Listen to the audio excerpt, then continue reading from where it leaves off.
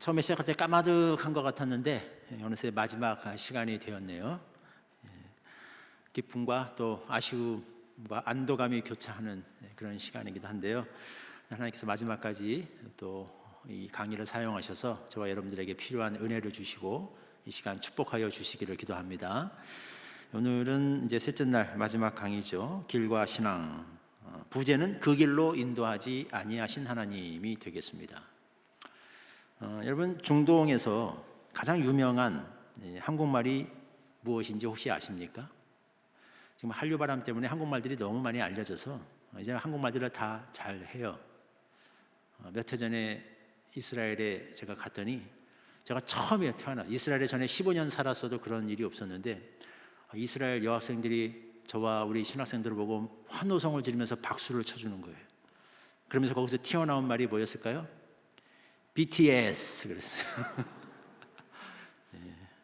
전에는 뭐 Chinese, 뭐 이렇게 타일란드 그런 데서 왔냐라고 물어보는 것이 보통이었는데, 이 BTS 때문에 지금은 참 가면 한국 사람들이 대접을 많이 받습니다.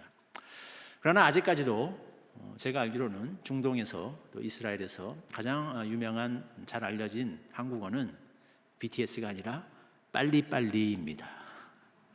한국 사람들이 얼마나 그곳에 여행을 비롯해서 성지순례와 성지답사들을 오면서 그렇게 몸으로 그걸 보여주었는지, 한국 사람만 보면 빨리빨리 다 이렇게 얘기해요. 외국인이 본 한국인이라는 그런 뭐 유머 시리즈들이 인터넷에 많이 돌아가죠. 한국인의 빨리빨리 기질을 잘 보여주는 보니까 1위가 한국 사람들은 자판기에 손을 놓고 기다린다 그랬어요. 2위가 화장실에서 볼일을 보면서 양치를 한다. 3위, 웹사이트가 3초 안에 안 열리면 닫는다. 4위, 가게 주인이 카드 서명을 대신해 준다.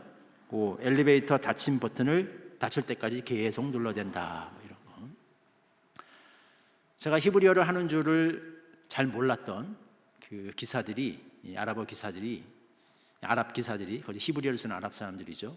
오늘 관광버스 이제 기사들끼리 모여서 막 자기가 주로 이렇게 접대하는, 모시게 되는 외국 관광객들의 국민적인 특성에 대해서 막 얘기를 하는 것을 엿들을 기회가 있었습니다. 이런 얘기 저런 얘기, 이 나라 사람들은 어떻더라, 이탈리아는 어떻더라, 일본은 어떻더라 막 얘기하다가 어떻게 하다 보니까 스피드 얘기가 나왔던 것 같아요. 한 버스 기사가 지그시 웃고 있다가 마지막에 이렇게 날리는 거예요. 스피드? 주로 한국 관광객을 이제 데리고 여행을 하던 아랍 기사였습니다. 말을 하지 마라. 한국 관광객은 마지막 사람이 앞문으로 이제 구경하려고 내릴 때쯤 되면 먼저 내렸던 사람들은 다 보고 뒷문으로 타고 있다. 이렇게 얘기를 하는 거예요. 게임 끝이죠. 세계에서 그 지독하고 부지런한 유태인들을 보고서 게으르다라고 말하는 유일한 민족이 한민족이라고 이야기를 하죠. 그래서 그 지독한 악착 같은 유대인들이 뿌리를 내리지 못한 나라가 딱 두 나라가 있는데요. 하나는 우리 대한민국이고 나머지 한 나라는 북한이라는 얘기가 있죠. 그 정도로 우리는 대단한 민족입니다. 자, 우리는 이렇게 참 빠른 민족이에요. 그래서 항상 지름길을 찾습니다. 빨리 가기를 원해요. 효과적인 방법을 찾아내길 원합니다. 신앙도 좀 그런 경향이 있습니다. 기도 응답도 좀 빨리 받아야 은혜가 됩니다. 성공도 빨리 해야 하나님이 나를 좀 더 사랑하시는 것 같고, 내가 원하는 기도 제목들이 좀 더 빨리 이루어져야 하나님이 나를 잘 사랑하셔서 나에게 축복을 내리신 것으로 그렇게 생각하는 경향이 있다는 거죠. 그런데 오늘 저는 여러분과 좀 다른 이야기를 하려고 합니다. 그런 빠른 길로 인도하지 않으신 그런 하나님, 지름길이 있는데도 불구하고 그 지름길로 가게 하지 아니하시고 좀 먼 길을, 힘든 길을 돌아가게 하신 그런 하나님에 대해서 이야기를 하려고 합니다. 출애굽기 13장 17절 18절은 이렇게 시작하고 이렇게 기록되어 있죠. 바로가 백성을 보낸 후에 블레셋 사람의 땅의 길은 가까울지라도 하나님이 그들을 그 길로 인도하지 아니하셨으니 이는 하나님이 말씀하시기를 이 백성이 전쟁을 하게 되면 마음을 돌이켜 애굽으로 돌아갈까 하셨습니다. 그러므로 하나님이 홍해의 광야길로 돌려 백성을 인도하심에 이스라엘 자손이 애굽 땅에서 대열을 지어 나올 때에, 블레셋 사람의 땅이라고 하는 것은 가나안 땅을 가리킵니다. 그 땅으로 가는 빠른 길, 지름길이 있다라고 하나님이 말씀하십니다. 그 길은 성경 지리 세미나 제가 첫째 날 여러분들에게 설명드렸던 가나안의 3대 도로, 그중 2개의 국제도로 가운데서도 가장 중요한 도로로 알려졌던 해변길입니다. 해안을 따라서 애굽에서부터 가나안을 관통해서 메소포타미아로 이어지는 중요한 도로이지요. 자, 지도를 보시면 여러분들의 기억이 좀 살아나실 텐데요. 왼쪽이 애굽이 보이고 있고 오른쪽이 가나안이 보이고 있습니다. 가운데 좀 회색으로 좀 얇게 표시가 돼서 잘 보이실지 모르겠는데 이것이 해변길입니다. 지도에서 볼 때 여러분이 한눈에 이해하실 수 있겠죠. 애굽에서 특히 델타 지역, 나일강, 하류 지역에서 가나안까지 가는 가장 빠른 길입니다. 그리고 이 길은 가장 좋은 길이기도 해요. 넓은 해안 평야를 따라 이어지기 때문에 전차 부대가 지나갈 수 있는, 그래서 군사적인 목적으로 주로 사용되던 군사도로였다라고 제가 첫날 강의에서 설명을 드렸습니다. 이집트 쪽의 자료를 보니까 투트모세 3세라고 하는 왕이 가나안을 정벌하기 위해서 애굽 델타 지역을 떠나서 가사해까지 군대를 이끌고 가는데 이 길을 따라갔더니 10일 만에 도착했다라는 기록이 나와 있습니다. 그러니까 하나님께서 이스라엘 백성들을 이 길을 따라 인도하셨다면 그들이 조금 늦게 갔다 해도 15일에서 최소한 최대 잡아도 20여일 정도면 가나안에 들어갈 수 있는 그런 좋은 빠른 지름길이 있었다는 겁니다. 그걸로 갔으면 얼마나 좋았겠어요. 근데 하나님이 그 길로 인도하지 않으십니다. 그들을 아래로 돌리셔요. 홍해길로 돌아가게 하십니다. 기간이 늘어났고 코스도 늘어났고 많은 사건들이 일어나게 되었습니다. 왜 그러셨던 것일까요? 좋은 길 놔두고서 그들이 그 길을 갈 수 없는, 하나님이 그들을 그 길로 인도하지 않은 가장 근본적인 이유는 그들이 아직 준비되지 않은 상태였기 때문이다. 하나님의 말씀 가운데 이것이 암시되어 있습니다. 2가지를 통해서 이것을 엿볼 수 있는데요. 첫째는 그들이 전쟁을 보면 뉘우쳐 돌아갈 것이다. 싸울 준비가 되지 않았기 때문이다. 하나님이 이렇게 말씀하십니다. 해안도로는 군사도로라고 여러 차례 말씀드렸습니다. 그래서 이 도로 중간중간에는 이 길을 관리하는 이집트 군대들이 주둔하고 있었습니다. 이스라엘 백성들이 이제 이걸 보면 무서워서 돌아간다는 거예요. 아직 싸울 준비가 안 돼 있다는 것입니다. 이스라엘 백성들은 이제 가나안 땅에 들어가게 되면 길 하나 정도가 아니라 나라 전체가 원수들로 가득 찬 그 땅에서 싸워서 이 땅을 쟁취해야 되는 그런 민족인데 그들은 아직까지 전혀 싸울 준비가 되어 있지 않는, 싸움을 보면 무서워서 뒤로 돌이키는, 원수를 보면 앞을 향해 전진하는 군사가 아니라 원수를 보면, 상대를 보면 무서워서 뒤로 돌아서는 그런 민족이라는 거예요. 아직 그 땅을 받을 준비가 되어 있지 않다는 거죠. 2번째, 더 심각한 이유가 있습니다. 그들은 이런 문제가 생길 때마다 단지 무서워하는 정도를 지나서 애굽으로 돌아가려고 한다는 것. 하나님이 거기서 끄집어내셨는데 거기로 다시 돌아갔다는 거예요. 하나님이 약속하신 땅이 그 앞에 있는데 조금만 어려우면 차라리 옛날이 낫겠어. 하나님이 우리를 부르시기 전에 그 옛 생활이 차라리 편하고 낫겠어 라고 돌아가려고 한다는 거죠. 이들이 얼마나 준비가 되지 않은 백성이었는가라는 것을 단적으로 보여주는 구절들입니다. 그래서 하나님이 그들을 아래쪽으로 돌리시겠다는 거예요. 이들이 그 땅을, 약속된 땅, 젖과 꿀이 흐르는 그 땅, 좋은 땅, 하나님이 우리에게 주고자 하시는 그 땅을 받아들일 수 있는, 감당할 수 있는 준비가 되기까지 이 먼 길에서 뭔가 하나님이 하실 일이 있다는 것입니다.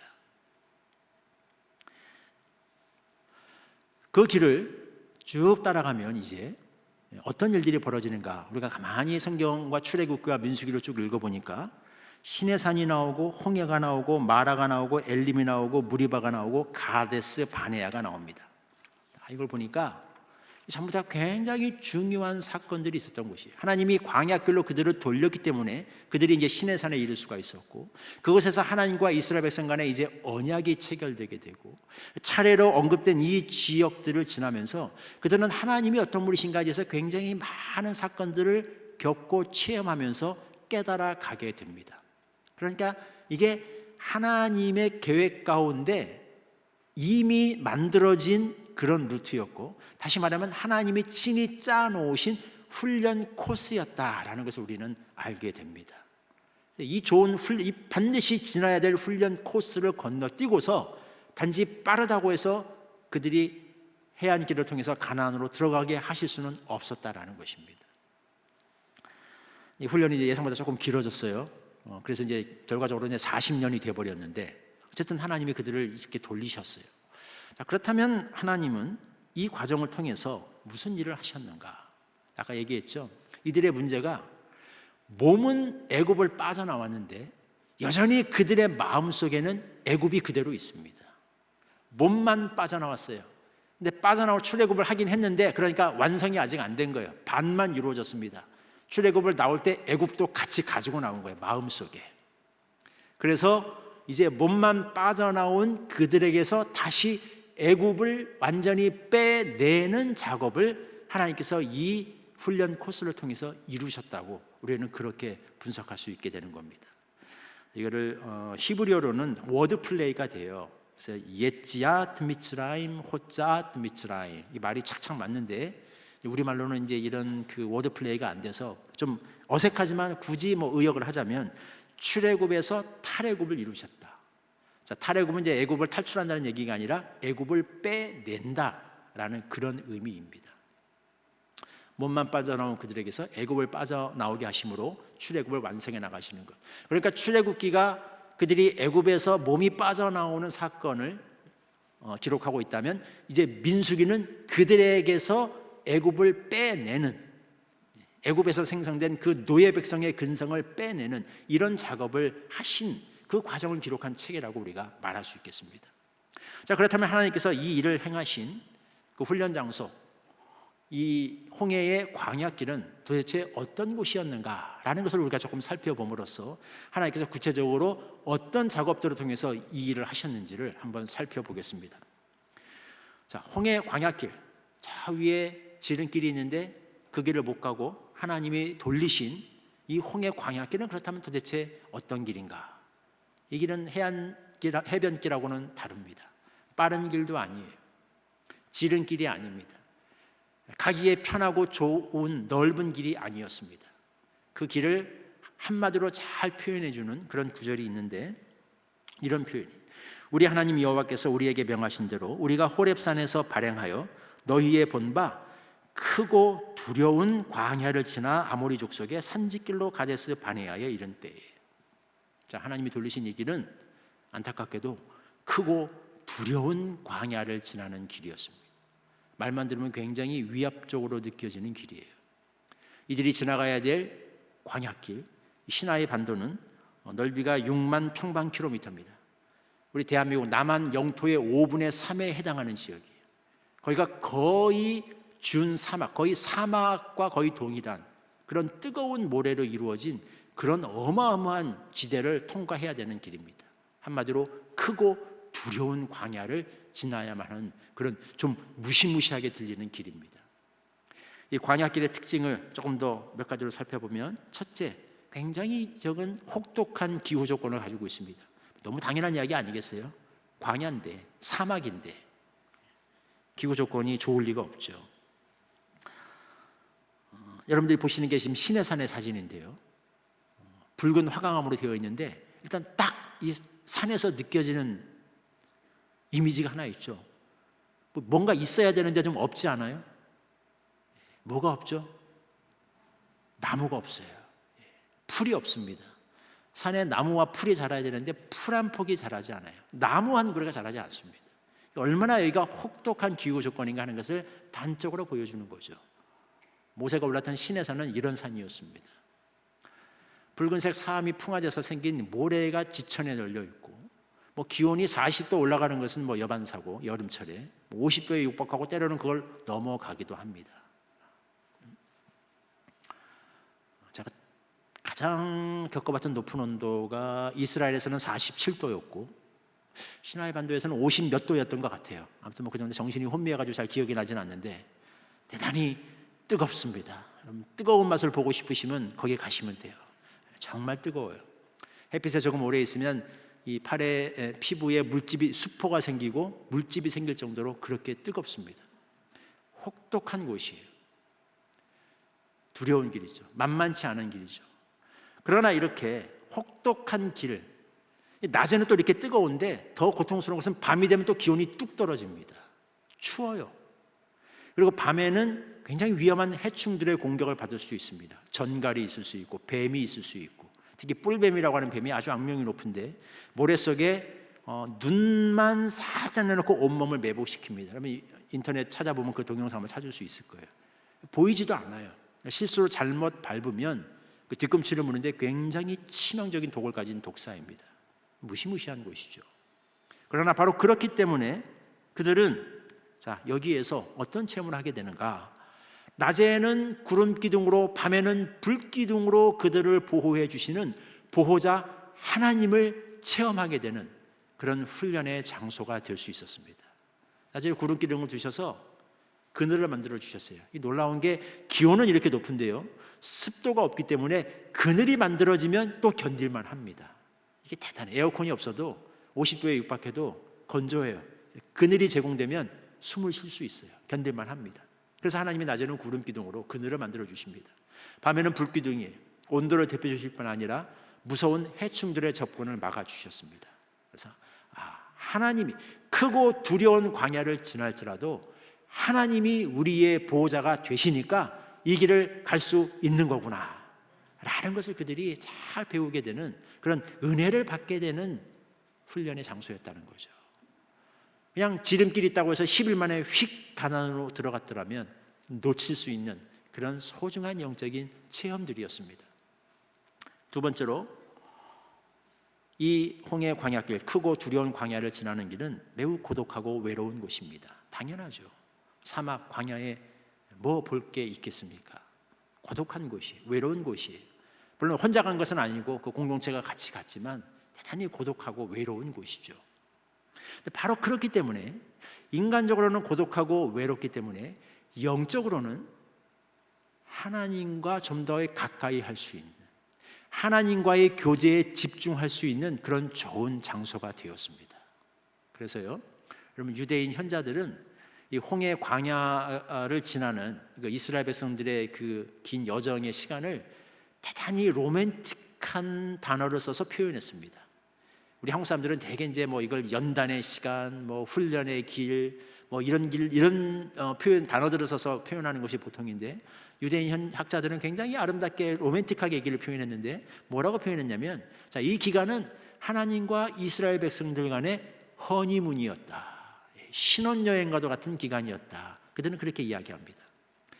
이 말씀이, 이런 표현이 결코 과장이 아닌 것이, 하나님께서 선지자를 통해서 주신 말씀 가운데 하나님도 그렇게 생각하신다라는 것이 나와 있어요. 무슨 말씀일까요?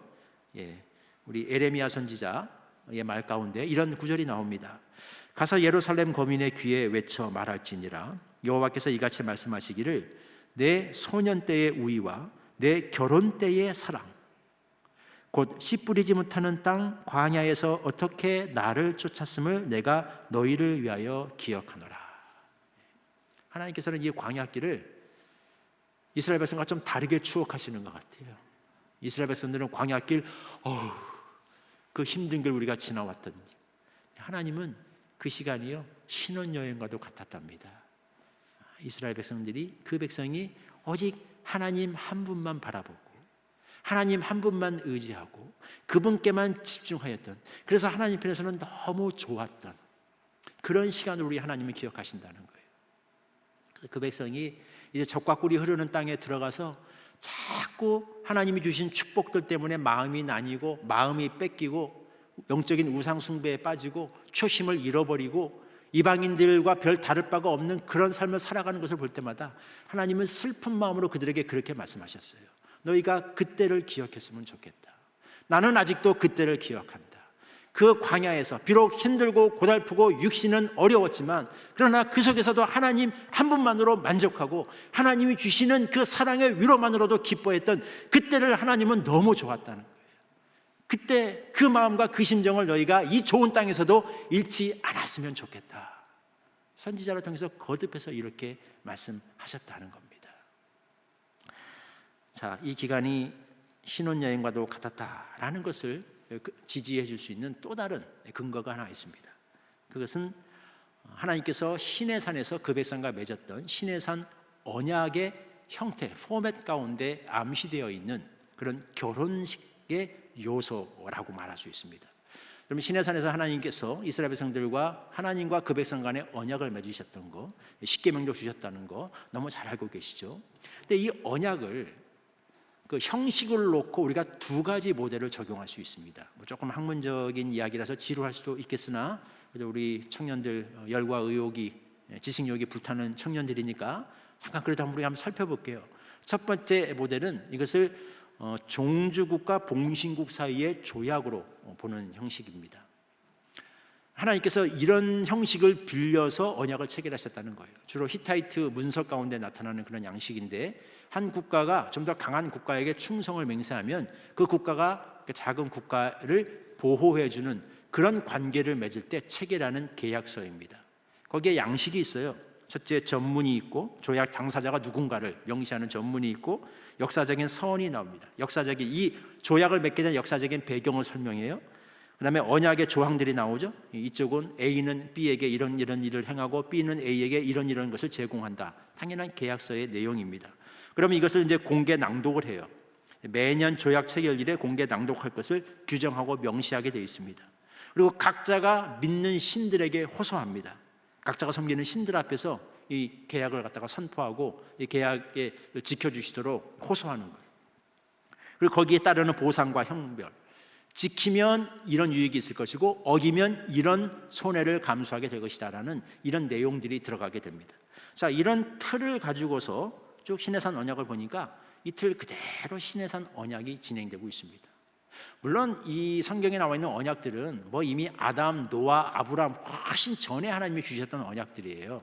히타이트 이 조약은 훨씬 후대에 만들어진 거고, 그러니까 성경이 그걸 베꼈다는 그 얘기를 하는 것이 아니라 언약 자체는 하나님과 이스라엘 백성들 가운데 오래전부터 존재하던 거지만 마치 이 시대에 그들이 가장 이해하기 쉬운 형태로 히타이트의 그런 조약 계약서의 형식을 빌려서 하나님께서 이스라엘 백성과 이렇게 언약을 체결하셨을 거라는 그런 이야기죠. 그래서 전문에 해당하는 게 여호와는 이스라엘의 하나님이라는 이야기가 나오고, 역사적 서문에 해당하는 내용, 이스라엘을 애굽에서 인도하신 여호와의 위대한 역사를 기록하는 내용이 등장하고요. 언약의 구체적인 조항으로 십계명과 그 이후에 확대된 조항들이 쭉 출애굽기에 기록이 되고 있습니다. 공개 낭독이 있고 또 순종과 불순종에 대한 복과 저주가 딱 나와 있죠. 이런 양식에 따라서 하나님께서 언약을 체결하셨다는 겁니다. 이게 시내산 언약을 바라보는 한 가지 틀이에요. 여러분 좀 여기 연세가 드신 분은 별로 없겠구나. 우리 청년들이니까. 조금 나이가 드신 분들은 이 영화를 기억하실지 모르겠는데 그 십계라는 굉장히 오래된 영화죠. 자, 거기에 이거 모세가 십계명 돌판을 2개를 들고 있습니다. 여러분 이 돌판이 왜 2개인지 아세요? 보통 우리가 돌판이 왜 2개인가라고 물어보면 적지 않은 분들이 이렇게 대답해. 이쪽 계약의 십계명이니까 5개 기록하지 않았을까?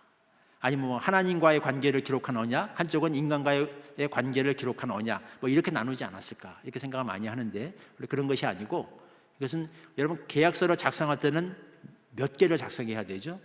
기본적으로 2부를 작성합니다. 그렇죠? A와 B가 계약을 맺기 때문에 A도 한 부, B도 한 부, 똑같은 복사를 해서 원본과 사본을 하나씩 나눠 갖게 되는 거예요. 사실은 이것은 그것을 나타낸다고 봐야 됩니다. 하나님과 그 백성 사이의 조약이기 때문이라는 거죠. 자, 이게 보편적 전통적으로 시내산 언약을 우리가 바라보는 그런 모델이었습니다. 그런데 시내산 언약을 바라보는 또 다른 흥미로운 모델이 하나 있어요. 그래서 아까 제가 말씀드렸던 이게 결혼 예식으로서의 모델입니다. 그런 시각으로 보면 또 너무나 놀랍게도 흥미롭게도 이 시내산에서 하나님과 그 백성이 언약을 체결하는 이 모든 것이 결혼식을 닮았어요. 신랑이 신부를 찾아서 결혼하고 식을 진행하는 그런 패턴과 모델을 따르고 있다는 겁니다. 자, 결혼식이 제일 먼저 어디서부터 시작됩니까? 일단 신부를 찾아야죠. 그렇죠? 솔로로 결혼할 수 없는 거 아니에요. 짝이 있어야 하잖아요. 신랑의 신부를 향한 구애가 펼쳐지죠. 그래서 왜 나랑 결혼해야 되는지, 당신이 나를 배우자로 맞이하면 내가 당신에게 무엇을 해줄 수 있는지를 신랑이 어필하게 됩니다. 동물들 사이에서는 그래서 춤을 춘다든지 어깨에 근육에 힘을 준다든지 화려한 동작으로서 수컷이 암컷에게 구애를 하게 되죠. 신랑이 신부에게 얘기하는 거. 자, 우리 하나님께서도 그 백성에게 좀 흥미롭지만 좀 재미있게 표현하자면 그런 어필을 하시는 것 같은 표현이 등장한다는 겁니다. 내 재산이 얼마고 땅이 얼마고 내가 얼마나 대단한 사람인가를 하나님이 뭐라고 말씀하시죠? 딱 한마디로 이 모든 것을 다 옳기로 하십니다. 뭐라고 얘기하느냐? 온 세계가 다 내게 속하였나니. 이게 하나님이 가지고 계신 하나님의 소유가 이렇다는 겁니다. 하나님이 이런 분이다라고 그 백성에게 이렇게 자기소개를 하셔요. 신랑이 이렇게 구애를 하면 그 다음에는 신부의 응답이 있어야겠죠. 그래서 이스라엘 백성들이 거기에 화답을 합니다. 백성이 일제히 응답하여 이르되 여호와께서 명령하신 대로 우리가 다 행하리이다. 그러니까 그 말을 모세가 이제 여호와께 전달합니다. 중간에 하나님과 이스라엘 백성 사이를 왔다 갔다 하면서 모세가 무슨 역할을 하고 있어요? 무슨 역할? 중매자, 결혼 예식의 사회자와 같은 역할을 하고 있습니다. 자, 이렇게 신랑의 구애와 신부의 화답이 이루어지고 나니까 이제 혼인 서약이 있어야 하겠죠. 신랑과 신부가 한 몸을 이루게 되면 둘이 마땅히 지켜야 될 언약이 있습니다. 혼인 서약이라고 해요. 서로 간에 이행해야 될 의무를 가리키는 거죠. 그게 무엇일까요? 십계명이 그래서 나오는 겁니다. 십계명 이후에 지켜야 될 율법이 나오는 겁니다. 그러니까 여러분, 그 십계명과 그 뒤에 나오는 언약의 말씀들을 우리가 율법이라는 측면에서 바라보면 굉장히 부담스러울 수 있어요. 그렇죠? 이거 지켜야 되고 저것도 해야 되고 이건 하면 안 되고 이거 지키면은 형벌이 따르고 잘못하면 지옥 갈 수 있고 그러니까 지켜야 되는, 이렇게 바라보면 굉장히 부담스러울 수 있는데, 그러나 이것을 혼인 예식에서 선포되는 서약으로 보면 사실은 굉장히 은혜로운 겁니다. 신랑과 신부가 결혼하는데 당연히 의무를 지켜야 하지 않겠어요? 이제 앞으로 다른 여자에게 한눈 팔지 않고 단 그대에게 집중하겠습니다. 내가 앞으로 다른 형제에게 눈길을 주지 않고 오직 그대에게 집중하겠습니다. 당연한 거죠. 신랑 신부가 이 혼인 서약을 할 때 막 그 고통과 괴로움과 미련과 후회를 담아서 앞으로 이제 다른 남자 못 만나겠네, 힘들 텐데 할 수 있을까? 앞으로 다른 여자 못 만나겠네, 이렇게 괴로워하면서 하던가요? 아니죠. 굉장한 감격을 가지고 기쁨으로 혼인서약을 하게 됩니다. 하나님과 그 백성 사이에 맺어진 언약, 우리에게 주신 그 십계명은, 율법의 말씀들은, 계명의 말씀들은 기본적으로 이렇게 은혜롭고 감격스러운 거예요. 기쁨으로 우리가 지킬 수 있다는 겁니다. 자, 어쨌든 이렇게 혼인서약을 하고 나면 이제 다음 순서가 뭐겠습니까? 피로연을 해야죠. 잔치가 벌어져야죠. 그래서 하나님이 한 가지 상징적인 행위를 하시는데, 시내산 아래 쳐놓았던 줄을 거두게 하십니다. 그리고 백성의 지도자들을 다 시내산으로 올라오라 그래요. 이게 무슨 말이냐면, 이 일이 있기 이전에 하나님께서 모세에게 명하신 것이 있어요. 시내산 아래쪽에 경계를 긋게 했습니다. 이스라엘 백성들이 모세 외에는 누구도 거기에 오지 못하게 했어요. 왜? 올라오면 하나님이 그들을 죽일까 하노라. 거룩하신 하나님 앞에 죄인이 서게 되면 하나님의 진노가 그에게 임할 수밖에 없습니다. 그래서 하나님이 그 백성을 치기를 원치 않으시기 때문에 줄을 치고 못 올라오게 했습니다. 그런데 시내산에서 언약이 체결되고 나니까 하나님이 이 줄을 거두라 그래요. 다 올라오라 그래요. 먹고 마시자 그래요. 왜? 결혼식이니까, 피로연을 해야 되니까. 그래서 모든 백성들이, 하나님이 이스라엘 자손들의 존귀한 자들에게 손을 대지 아니하였고 그들은 하나님을 뵙고 먹고 마셨더라. 피로연이 벌어지죠. 자, 이렇게 피로연을 통해서 결혼식이 다 끝나고 나면 이제 드디어 하이라이트, 신랑 신부만의 시간이 남아있죠. 뭘까요? 제가 미리 힌트를 드렸잖아요. 예식 끝났으면 신랑 신부 이제 뭐 떠나야 됩니까? 신혼여행 떠나야죠. 허니문을 떠나야죠. 그래서 신랑이신 하나님께서 신부이신 그 백성의 손을 잡고 허니문을 떠났는데 어디로 가셨다고요? 광야로 가셨다고요. 세이브로 간 게 아니고 뭐 제주도로 간 게 아니고 하와이로 가신 게 아니고 광야로 신혼여행을 떠나셨어요. 왜 하필 광야일까요? 한눈 팔 데가 없으니까. 그죠? 바라볼 게 없어요. 신랑밖에 바라볼 곳이 없습니다. 근데 그 와중에도 신부가 보니까 한눈을 팔더라는 거예요. 그래서 신혼여행이 좀 길어졌죠. 얼마까지? 40년 걸려버렸어요.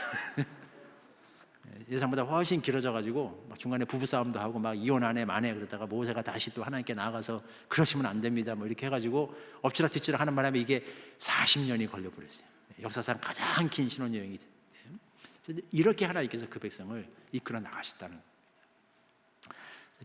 그들에게 기억된 광야의 여정은 참 어찌 보면 외롭고 또 고독하고 힘들고 만만치 않고 피곤한 여정일지 몰라도 하나님께서는 이걸 통해서 그 백성과의 깊은 교제 속으로 들어가셨다. 그 백성이 하나님 한 분만 바라보고 그 안에서 위로를 얻고 그 안에서 힘을 얻고 그 안에서 기쁨을 얻는 그런 영적인 만족을 맛보고 누려볼 수 있도록 그렇게 인도하신 은혜와 은총의 시간이었다 하는 겁니다. 우리 인생에도 때때로 이런 순간들이 있을 수 있어요. 당사자들은 너무 힘들고 고통스럽고 하나님이 나를 좀 이렇게 빠른 길, 좋은 길, 편한 길로 인도하셔도 될 것 같은데 그러면 정말 좋을 것 같은데 왜 이렇게 나를 어렵고 힘든 길로 인도하시는지 그런 생각이 들 때가 있을 수 있습니다. 그러나 다른 한편으로 그 시간은 하나님께서 우리와 하나님 사이에 깊은 사랑의 교제와 그 미로를 우리에게 허락하시는 그런 은총의 시간일 수도 있다는 사실입니다. 이런 시간에 이것을 볼 수 있는 그런 영적인 눈과 통찰력 우리에게 허락해 주시기를 기도합니다. 셋째로 이 광야는 물이 없는 곳입니다. 너무 당연하죠. 사막이니까. 모세가 홍해에서 이스라엘을 인도하며 그들이 나와서 수르 광야로 들어가서 거기서 사흘길을 행하였으나 물을 얻지 못하고 백성이 모세를 대하여 원망하여 이르되 우리가 무엇을 마실까 하노라. 물이 없어요. 3일 동안 물을 못 찾으니까 그들이 마침내 이제 은혜가 다 떨어져 가지고 하나님 원망하기 시작하고 모세를 돌로 치려고까지 하는 이런 일이 벌어지게 됩니다. 여러분 물 없이 좀 지내보셨나요? 광야에서 물 없이 지낸다고 하는 게 얼마나 고통스러운지를 겪어보지 않으신 분은 이스라엘 백성들을 이렇게 함부로 비판하면 안 됩니다.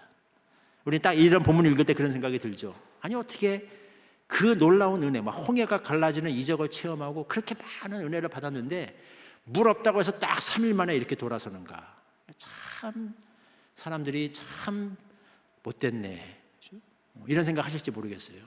근데 물 없는 광야에서 50도에 육박하는 그 광야에서 여러분들이 광야 체험을 한번 하고 나면 생각이 바뀝니다. 어떻게 3일 만에 이렇게 되지가 아니라 아니 어떻게 여기서 3일씩이나 버텼지? 생각이 이렇게 바뀔 수 있어요. 그만큼 쉽지 않습니다.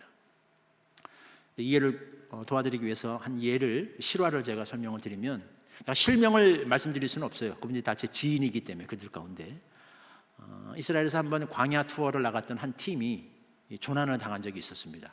팀이 그때 이제 전도사님이 이제 가이드를 하셨는데 이스라엘 가신 지 얼마 안 된 상황을 본인도 잘 모르는데 또 그냥 이제 믿음 반 용기 반 뭐 이렇게 해서 잘 모르고 이제 팀을 목사님들을 데리고 이 전도사님이 광야 투어를 나간 거예요. 물의 양을 잘못 계산했습니다. 적어도 꽝꽝 얼린 물 2-3병 이상 가져가야 되는데 한 병만 달랑 들고 간 거죠. 물이 다 떨어졌어요. 길을 제대로 찾지 못합니다. 온도는 이제 막 40도 이상 올라가서 몸에 탈진이 오는데 핸드폰은 터지지 않고 위기가 닥친 거죠. 가진 짐을 다 버렸습니다. 그래도 이제 빠져나갈 기미가 보이지 않고 정말 죽음이 눈앞에 온 것을 이제 그분들이 느끼기 시작한 거예요. 울기도 하고 기도하기도 하고 막 이런 일이 벌이다가요.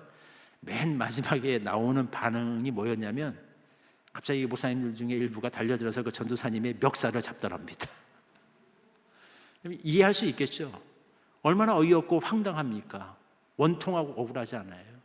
이 미숙한 가이드 잘못 만나가지고 이 광야에 나왔다가 물이 없어서 이렇게 죽게 된다는 게 너무너무 기가 막힌 거 아니겠어요? 광야에서 물 없이 지낸다는 게 이렇게 어렵습니다. 이스라엘 백성들이 모세를 돌로 치려고 했던 건 너무 쉽게 판단할 일이 아닌 게 광야에서 물 없이 이렇게 지내면 우리 그 거룩하신 목사님들이 전도사님의 멱살을 잡을 수도 있는 게 이게 광야에 이런 혹독한 시간이라는 거예요. 이런 길을 그들은 지나야 했습니다. 쉽지 않았겠죠. 그런데 그렇기 때문에 이들은 놀라운 이 속에서 체험을 하게 되는데, 이런 광야에서 하나님께서 결국 시시때때로 그들에게 물을 공급해 주시더라 하는 겁니다. 어떻게 그런 일을 하셨을까요? 마라의 물을 보내셨어요. 마라의 샘물을 달게 하셨어요. 엘림으로 그들을 인도하셨습니다. 이게 굉장히 놀랍죠. 자, 마라의 샘을 보면 물이 써서 못 먹는 물이 있다라고 성경에 이렇게 나와 있어요. 근데 그 물을 하나님이 달게 하셔서 이스라엘 백성들 모두를 먹이십니다. 이게 굉장히 놀랍죠. 아니, 광야 사막 한가운데, 그러니까 결과적으로 이스라엘 백성들, 장정만 60만이 되는 이스라엘 백성들이 다 먹었다고 하니까 물은 무지무지하게 많았다는 거죠. 양은 많았다는 거예요. 근데 그 물이 썼대요. 도대체 광야 사막 한가운데 이렇게 써서 못 먹는 어마어마한 양의 물이 어디서 나타났는가? 이상하죠. 근데 마라의 샘을 우리가 직접 찾아가 보면, 여러분이 사진에서 보는 이 장면이 거기인데요. 마라의 샘으로 알려진 곳인데요. 여기에 군데군데 웅덩이가 있어요. 파면은 물이 나옵니다. 천만 파면 물들이 막 나와요.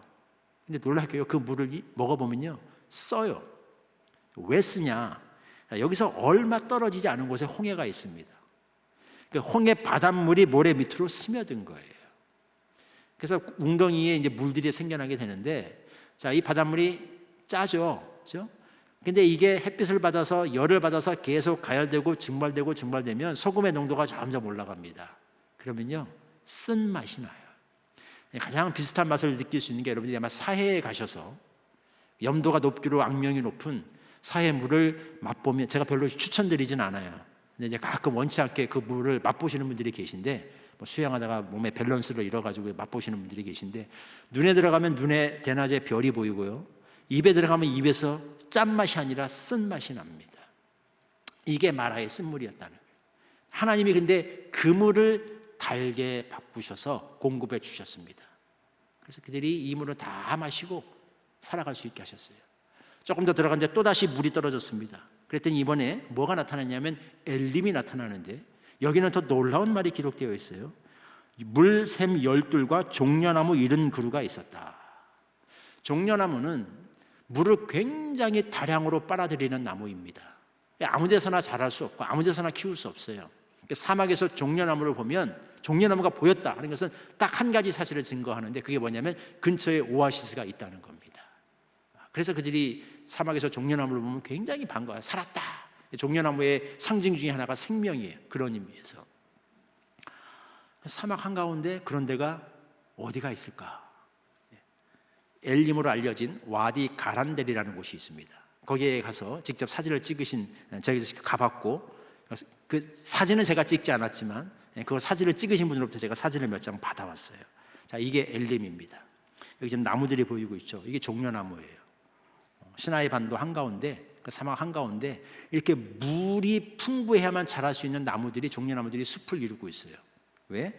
그 옆에 이런 샘이 있어서 그렇습니다. 물이 이 한가운데 놀랍게도 이런 물이 있어요. 기가 막히죠. 그래서 이런 엘림이 형성될 수 있는 거예요. 근데 이게 재밌는 게, 자, 이 앞에 나무들이 보여서 이 엘림 샘이 보이고 있는데요, 뒤에 보면 모래 언덕이 보이죠. 여기 푹 꺼져 있는 좀 분지 같은 곳에 들어가 있습니다. 그러니까 무슨 소리냐면 밖에서 보면 안 보여요. 이 장소에 직접 가서 도착하기 전까지는 알 수 없습니다.